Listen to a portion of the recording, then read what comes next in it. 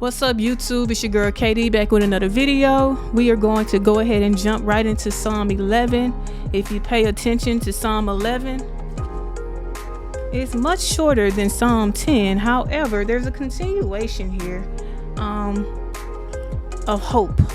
All right, so it's a psalm of hope in a sense, but there's also some grievous things happening as well. So we're going to take a look at this psalm and we're going to go through it together. Stay tuned and let's catch our moment. Let's find our lyrical piece and let's find some encouragement. Let's get to it. And it reads, I trust in the Lord for protection. Oh, I'm sorry. Let me go back. Psalm 11 for the choir director, the Psalm of David. I trust in the Lord for protection. So why did you say to me, fly like a bird to the mountains for safety? The wicked are stringing their bows and fitting their arrows on the bowstrings. They shoot from the shadows at those whose hearts are right. The foundations of law and order have collapsed. What can the righteous do? But the Lord is in his holy temple. The Lord still rules from heaven. He watches everyone closely, examining every person on earth. The Lord examines both the righteous and the wicked. He hates those who love violence. He will rain down blazing coals and burning sulfur on the wicked, punishing them with scorching winds. For the righteous Lord loves justice. The virtuous will see his face. So as I said earlier, this is a continuation of Psalm 10 almost. I guess I get the same vibe from it, where this man or this woman is this person. Did I read the wrong thing? Oh no. Yeah, that's the right one. Sorry. Where this person is going through some things, but there's a higher tone of hope here. All right. So I guess the lyrical moment here, and we're talking about the lyrical moment based on how we're going through this. We're looking for a lyrical moment because this is an old psalm or it's an old song, or you can even say a poetry piece. And we can see this because in some of the notes, it'll say a string instrument was played along with it. It'll sometimes say the choir director. It'll say some things like that nature to let us know this was a song. And so I jumped into this because I said, hey, I wonder what would happen if I treated the Psalms like a new song that I heard freshly. And if I could find a moment in the song, you know, that moment where you want to play things back over and over again. Well, for me, if I hear somebody hit a crazy note or I hear a riff of a guitar, I want to play it back. And so I said, what would happen if we did that with the Psalms? And so that's basically what we're doing, looking for that lyrical moment, that encouraging moment, and that moment that we can build on to do some great things. All right, so a principle, speaking my language is what we call it. All right, so here, the first thing I noticed as lyrical here, it seems to come from this song, Fly Like an Eagle.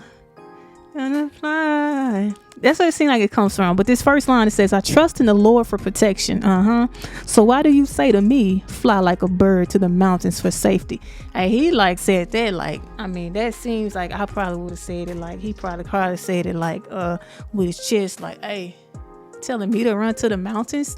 There used to be a popular saying, the church is for if you scared, go to church. That's what it was. If you scared, go to church.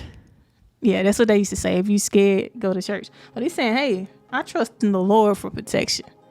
Like, so why are you saying to me, fly like a bird to the mountains? Listen, man, that's a bold statement there. But he also starts to recognize that there's some evil people, some wicked people is what he calls them here, waiting to mess with somebody who's doing the right thing. You may feel like you're one of those people who are doing the right thing and somebody's just in the background, just waiting just to mess with you, just to come over and try to mess up your day. And this guy is in that same situation. So if we were listening to this song back in the day, we'd probably be like, hey, that part right there, that's speaking my language right there. Speaking my language. So where it says it's line 2. It's a really short psalm. The wicked are stringing their bows and fitting their arrows on the bowstrings. They shoot from the shadows at those whose hearts are right. They ain't even shooting in your face, though.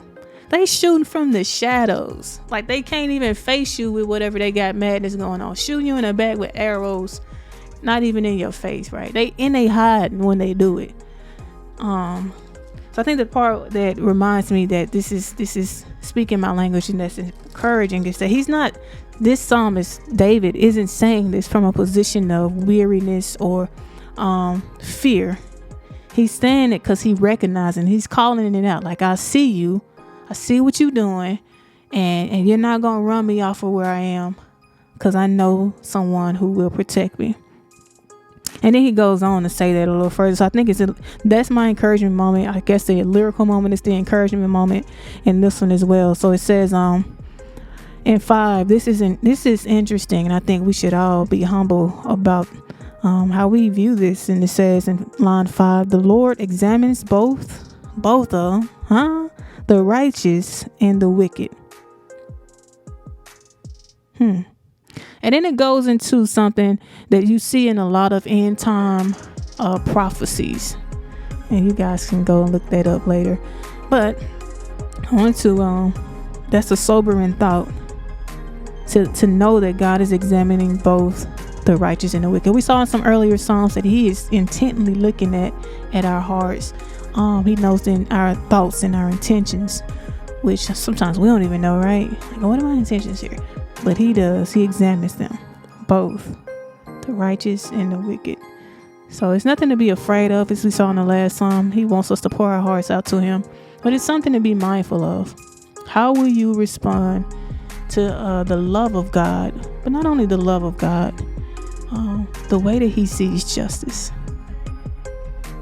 That's all I got for you guys today. It's been your girl KD, hoping that you are being encouraged, hoping that you're encouraging somebody else, and hoping that you're doing this all in peace. All right, because there's a lot of chaos out there. All right, catch you guys in the next one. Peace.